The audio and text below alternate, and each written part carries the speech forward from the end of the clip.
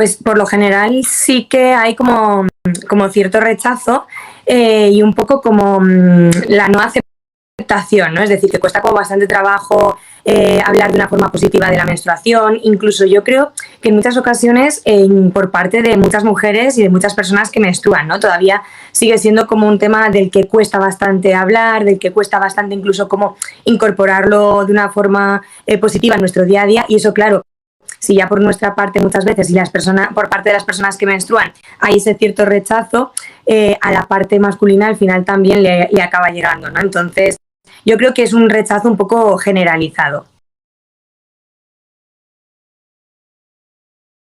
Pues principalmente la desinformación. Es decir, hay muy poquita información. Es cierto que ahora cada vez más se está hablando del tema de la menstruación, incluso desde que las niñas, los niños son más pequeños, ¿no? Incluso se habla más, encontramos que muchas veces se habla de una forma mucho más abierta, pero si nos remontamos un par de generaciones atrás, por ejemplo, pues eso, nuestras abuelas prácticamente tenían muy poca información sobre la menstruación. Entonces estos cambios, claro, al final necesitan un poquito más de espacio. Entonces yo creo que básicamente desde el punto social hay muy poquita información, desde el punto quizás también sanitario, médico, se le ha prestado menos atención que a otras situaciones o que a otras condiciones, y al final todo acaba afectando a que no se hable de forma pública o no se hable en casa, o que tengamos muy poca información también desde la consulta médica cuando se empieza a menstruar.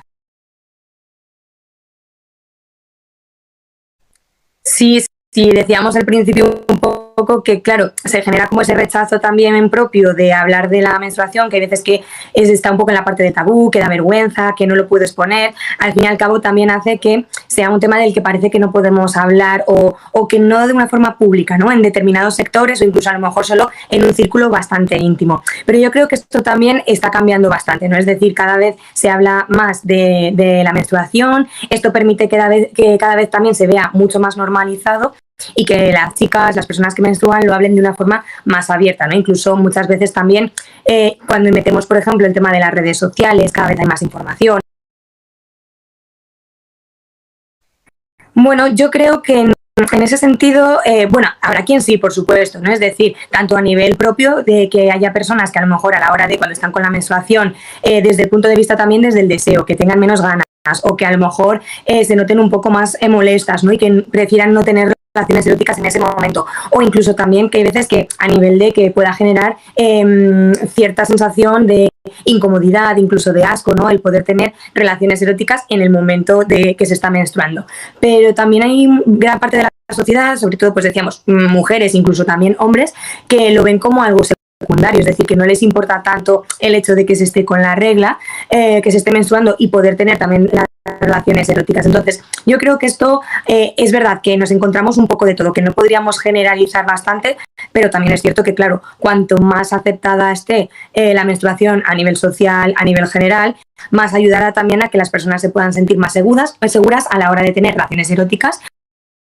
Y sobre todo, bueno, tampoco es forzarse, ¿no? Es decir, hay quien a lo mejor cuando está justo los días que está menstruando tiene eso, siente menos ganas, menos deseos, se nota como más cansada, con menos energía, y quizás eso tampoco le favorezca, ¿no? A la hora de tener relaciones eróticas.